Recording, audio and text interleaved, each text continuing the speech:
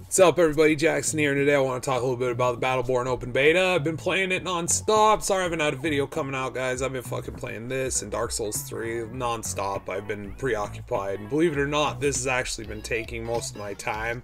Not even Dark Souls King, because I'll get, like right now, for instance, I'm on the Pontiff, and I'm just freaking, dude, like, I've hit my patience wall with him, and I really don't want to break my paddle any further.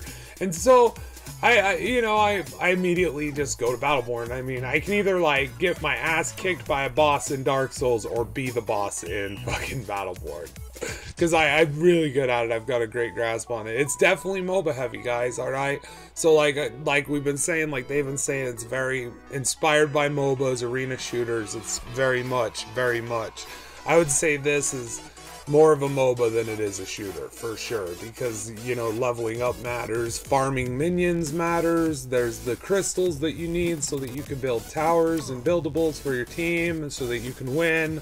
I mean, it's a very intricate team-based shit. And, I mean, I've just been wrecking. We've been rolling kids, me and my crew. I've got a crew set up, and we've been going through just dominating. We don't lose a whole hell of a lot. Now, that said, there are some concerns I have, and I'd like to go over those right now. The way you get loot in this game is as you finish matches, you get these points, and it seems way too familiar to me to like Black Ops 3 and the supply drops, guys. I'm not gonna lie. And I don't know if they're gonna have those for sale. There's been no mention of it. And when I remember Angry Joe at E3 last year, he asked them if they had plans to have microtransactions or day one DLCs or whatever. He asked them quite bluntly that question, and they said there's no plans for it, but they wouldn't rule out anything that their customers wanted. Okay, now when I heard that, like, I know I'm very pessimistic, but I heard that and I thought, that's immediately a justification of anything they want to do, especially now, all these many months later, when all these games have been released and 90% of them have had some sort of microtransaction or in-game currency that you can roll on, like Black Ops 3, the supply drops, you know, roll in the slot machine, you know. And I'm worried that that's what's going to occur here, because you get these points, you purchase a loot pack, it randomly gives you 3 items. These can include gear that you can actually activate in-game and gain the passive bonuses of. You know, it's kind of the way your character builds outside of just his helix tree and his leveling up. It's kind of an outside thing, so one would say like kind of like the items in Smite. Anyway, you get those, or skins, or taunts. Okay, so rare, you know, like that's what you can get in these loot packs, and you add these to your gearbox, and your gearbox is your items, and you can activate those, and it's very cool. But what I'm concerned about is that if they have microtransactions in the game to buy these, then it's almost it's bad as fucking, I mean, Black Ops is bad, all right, but at least like in this game you would be getting stuff that is worth it. But the problem with that is that turns it from, you know, like in Black Ops it's mostly cosmetic, but now they're doing weapons, and one could say that that's pay to win, man. If one of those weapons is OP as fuck, dude, I don't know, like someone gets it, then that could be considered pay to win, right? Like that fool got that by paying X amount of dollars. Don't tell me he got it through gameplay, because we all know how much time it takes to fucking unlock these things organically through gameplay, right? It's fucking ridiculous. And I've played this, I'm level like fucking 90 something now, so I've played it quite a bit during the course of the beta, and I still have only gotten, I think, like 3 of the orange items, which are the epics. And so, like, I mean, or the legendary, I don't know how they're classifying shit in this game. I can't fucking keep up with it anymore. It's fucking white, green, fucking blue, purple, orange. There you go. Fucking standard fucking rainbow of colors, right? There you go. Anyway, the thing is some of these items are game changing. One of those orange items that I have is for Miko, the healer character, and when Miko does his standard blade attack, it poisons the target, and what this item does is it applies whatever damage his poison over time did, it applies it to his next heal, right? So you could heal someone legit with his healing beam for like 400 fucking health, If you've just sat there and you've got it so it spreads to nearby and you hit a pack of minions with one fucking, you know, of each of your base kunai, you can literally hit someone for fucking 300-400, you know, HP heal with the healing beacon. Just that first tick is boom, they're at full health and there's no problem. And now Miko can go back to healing the other team member. You know, some of these items are seriously game changing. Like, they will put you at an advantage over the enemy team if the enemy team does not have this item. And if these are available through purchase, and I know, and you know, like if they do that, and I'm really hoping they don't, because it's Gearbox and I expect better from them. But at the same time, if they do it, they can justify, look, we said we would only do the things that our customers would want, that we would only introduce things if our customers wanted them, okay? And if they you know, they point at the sales of Destiny and, you know, Black Ops 3, the supply drop currency, and all these other games that have these in-game currencies, you know, the Phantom Pain, shit like that, all these games that have these in-game currencies, these in-game microtransactions, they say obviously people want them. These are selling, right? So they never lied. They never broke their word. It's fucking, you know, from a fucking financials and a business standpoint, they're not breaking their word. They're not, right? Because they're you know, they're delivering what their customers want, and their customers are spending oodles and oodles of cash on these microtransactions. Well, that's my concerns about it. I just don't want to see that happen, and there's 24 characters in it right now, and I think one of them is exclusive to the PlayStation, and I don't know if he's just exclusive to the PlayStation Beta or whatever. I'm getting sick of these exclusivities because we're already at this point where games are being cut apart for season passes, day one season passes, day one DLCs, right? Games are already being cut apart to that. So you add the exclusivity, and that's just cutting shit away from one console or one, you know, platform from the other, right? And it's bullshit. Like, for instance, a prime example would be Destiny, dude. Like, Destiny is constantly having better, like, more exclusive shit for fucking Sony. Sony always has exclusives, right? And it's bullshit. My buddy Cock plays that game fucking quite a bit. He never has access to any of that shit. He's never given access to that shit. Why? You know, and he owns a PlayStation 4 too. He just doesn't play on it because all of his friends, his crew that he runs Destiny with, are all on the Xbox One.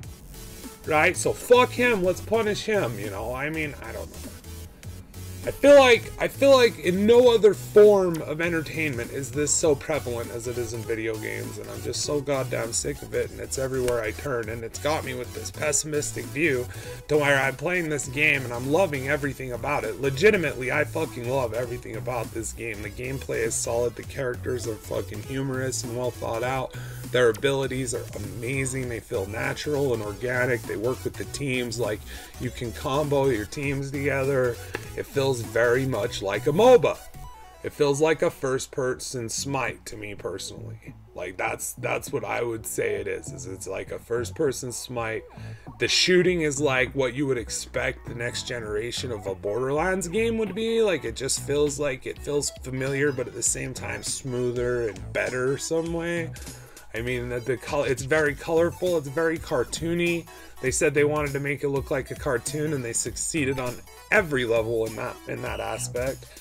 I mean, it's a great looking game. It's a very fun game. I'm enjoying the hell out of this game. And I go to the marketplace and I see that there's an option in the marketplace that says PlayStation Store, and when I scroll over to it, it says this option is not available yet. This product may not be available for sale yet. And I don't know if they're gonna just sell like the DLC stuff in there, like, you know, after it's been sold, because I remember in Borderlands you could buy the DLC from the home menu of Borderlands 2, you know, like you could buy that stuff, and I don't know if that's what's going there. I just sure hope they don't sell these points. I sure hope they don't sell these points. And you know, honestly, like I play a lot of this game and it takes a lot of time to get those loot packs, dude. And more often than not, you open them and it's just crap. And so you know, that's 3 or 4 wins that, you know, you just wasted because it was crap. And so I'd hate to see this system be like the fucking goddamn cocksucking supply drops.